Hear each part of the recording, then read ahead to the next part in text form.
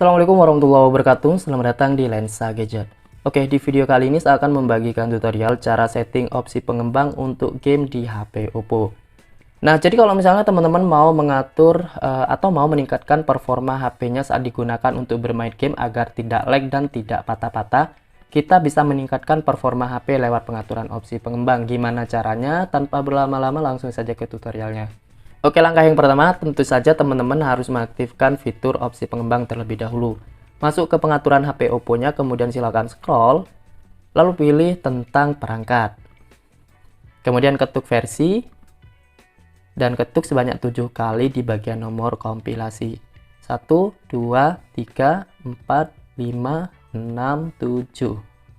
Dan kita akan diminta untuk memasukkan kunci layar HP Oppo kita. Kalau teman-teman menggunakan PIN atau sandi, masukkan PIN dan sandinya.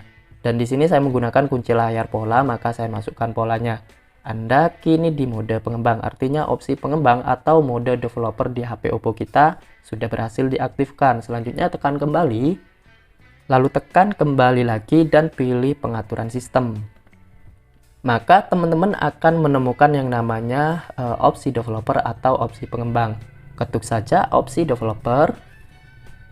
Dan disinilah kita bisa melakukan beberapa pengaturan untuk meningkatkan performa HP saat digunakan untuk bermain game. Kalau saya pribadi sebenarnya nggak terlalu banyak yang saya ubah teman-teman. Jadi di bagian sini biasanya saya matikan 3 skala yang ada di bawah, yaitu skala animasi jendela, skala animasi transisi, dan skala durasi animator. Secara default untuk nilainya adalah 1x. Teman-teman ketuk saja skala animasi jendela. Nah, ini untuk nilainya secara default dia ada di 1x.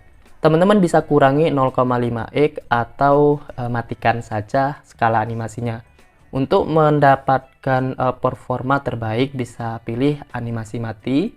Kemudian di skala animasi transisi ini juga kita matikan. Demikian juga di bagian skala durasi animator ini juga kita matikan. Oke, setelah ketiga skala ini kita matikan, nanti teman-teman bisa rasakan sendiri perbedaannya. Lanjut lagi, selain di bagian skala, ini teman-teman coba cari di bagian atas yang namanya log buffer. Oke, kita coba cari log buffernya. Nah, di sini ada ukuran buffer pencatatan log. Ketuk saja. Untuk nilai defaultnya ada yang 4M seperti ini, dan ada juga yang 256K. Nah, kita bisa matikan ukuran pencatatan lognya. Dan lanjut lagi di bagian preferensi driver grafis, ini kita coba ketuk. Lalu temukan game yang biasa teman-teman mainkan, misalnya Mobile Legends, kemudian PUBG, Free Fire, dan yang lainnya.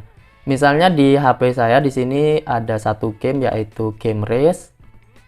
Nah, kita ketuk, maka di sini akan ada beberapa pilihan driver grafis. Kalau memang misalnya tersedia driver game, teman-teman silahkan pilih driver game. Berhubung di HP saya untuk versi Android-nya yang versi 11 ke atas, maka pada umumnya untuk Android versi 11 ke atas, dia cuma ada 2 pilihan ya teman-teman, yaitu default dan driver graphics system. Nah, kalau cuma ada 2 pilihan kayak gini, teman-teman bisa biarkan default. Tapi sekali lagi, kalau tersedia driver game di bagian bawah, teman-teman pilih driver game. Oke, lanjut lagi di bagian bawah, kita cari yang namanya batas proses latar belakang.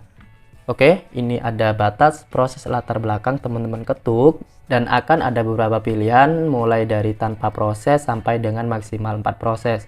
Apa artinya proses latar belakang ini? Jadi sebenarnya di HP Oppo kita dan di HP Android yang lain, akan ada banyak aplikasi yang berjalan di latar belakang, dan bahkan walaupun kita tidak membukanya. Sehingga aplikasi yang berjalan di latar belakang akan mengkonsumsi pemakaian baterai dan juga akan menggunakan RAM di HP kita. Nah, jadi biar lebih efektif, teman-teman bisa membatasi aktivitas latar belakang.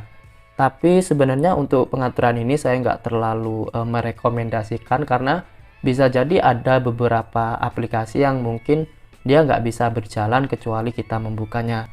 Kalaupun teman-teman mau menerapkan yang pengaturan ini, kita pilih maksimal 2 proses seperti ini, dan jangan sampai pilih yang tanpa proses latar belakang. Oke, saya pilih yang 2 proses saja kayak gini. Nah, dengan cara melakukan beberapa pengaturan seperti yang tadi, teman-teman nanti bisa rasakan sendiri perbedaannya pada saat HP Oppo-nya digunakan untuk bermain game.